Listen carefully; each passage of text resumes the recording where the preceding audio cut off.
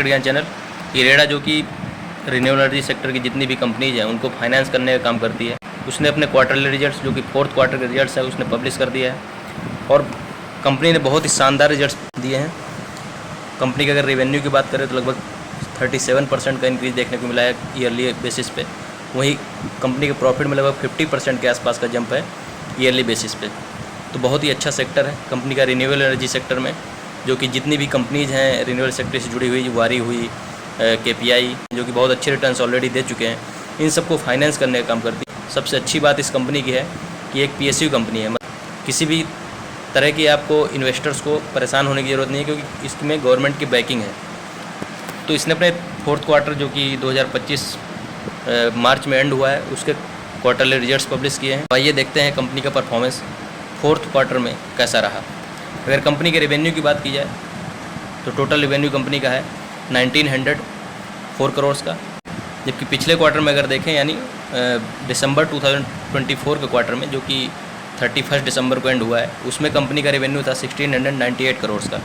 तो quarter on quarter basis पे company के रेवेन्यू में लगभग 12% के आसपास का जंप है। वहीं अगर कंपेयर किया जाए इसको लास्ट ईयर यानी 2024 के फोर्थ क्वार्टर से तो कंपनी का रेवेन्यू था 1391 करोड़ का। तो यहाँ पे ईयर ऑन ईयर बेसिस पे कंपनी के रेवेन्यू में लगभग 37% का इंक्रीज़ है, जबकि क्वार्टर ऑन क्वार्टर बेसिस पे लगभग 12% के आसपास का इंक्रीज़ है।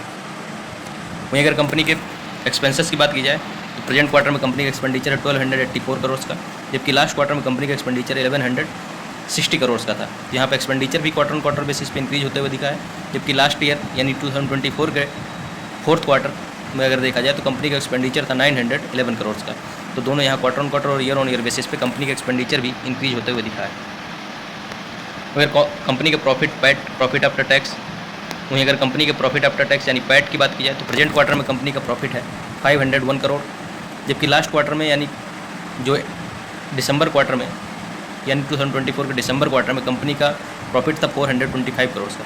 तो यहाँ क्वार्टर ऑन क्वार्टर बेसिस पे कंपनी के प्रॉफिट में लगभग 18% के आसपास का जंप है, जबकि अगर इसको कंपेयर किया जाए लास्ट ईयर यानी 2024 के फोर्थ क्वार्टर से तो कंपनी का प्रॉफिट था 337 करोड़ का। तो ईयर ऑन ईयर बेसिस पे कंपनी के प्रॉफिट में लगभग 50% के आसपास का जंप देखने को मिला है। तो काफ़ी बेहतरीन रिजल्ट है कंपनी के लिए। और आज आपने इसके अगर शेयर की भी देखा होगा तो लगभग 8% से ज़्यादा का इंक्रीज देखने को मिला है इंट्राडे में। मतलब आज ही के दिन रिजल्ट्स के पहले ही काफ़ी अच्छा रिटर्न देखने को मिला और काफ़ी अच्छा रिस्पांस रहा इन्वेस्टर्स का। अगर कंपनी के EPS की बात की जाए अर्निंग पर शेयर की तो प्रेजेंट क्वार्टर में कंपनी का EPS है 1.87 का, जबकि पिछले क्वार्टर में कंपनी का EPS था 1.58 का। और वहीं अगर लास्ट ईयर देखा जाए यानी 2024 के मार्च क्वार्टर में कंपनी का EPS था 1.25 का। तो यहाँ पे EPS भी कंपनी का क्वार्टर ऑन क्वार्टर और ईयर ऑन ईयर बेसिस दोनों में इंक्रीज होते हुए दिखा है।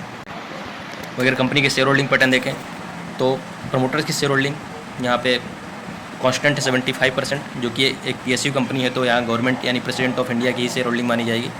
वहीं अगर FIIs की शेयर होल्डिंग देखें तो लास्ट क्वार्टर के कंपेरिजन में मार्च क्वार्टर में बहुत स्लाइटली चेंजेस या डिक्रीज देखने को मिला है। लास्ट क्वार्टर में कंपनी में FIIs की शेयर होल्डिंग थी 1.85% की, जो कि प्रेजेंट क्वार्टर में घट कर हो गई 1.74%। वहीं अगर DIs की शेयर होल्डिंग देखा जाए तो वो भी डिक्रीज होते हुए दिखी है। लास्ट क्वार्टर में DIs की शेयर होल्डिंग थी 0.63% की, जो कि घटकर प्रेजेंट क्वार्टर में हो गई है 0.51%।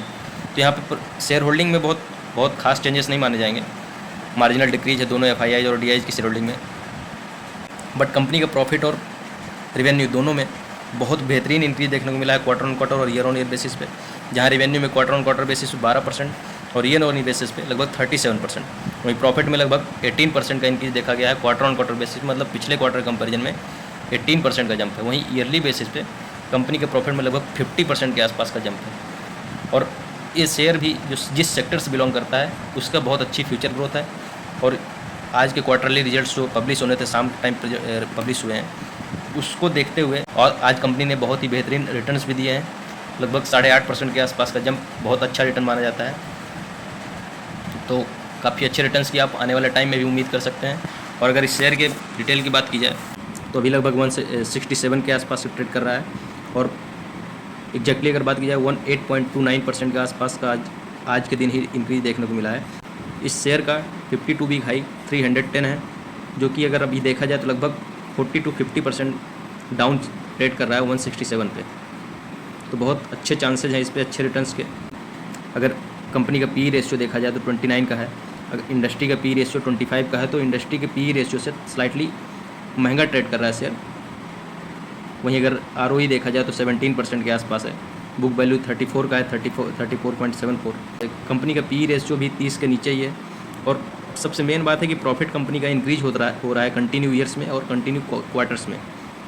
तो काफ़ी बेहतरीन रिजल्ट्स रहे हैं कंपनी के और काफ़ी अच्छे रिटर्न्स आप एक्सपेक्ट कर सकते हैं इस कंपनी से। धन्यवाद, मिलते हैं अगले वीडियो।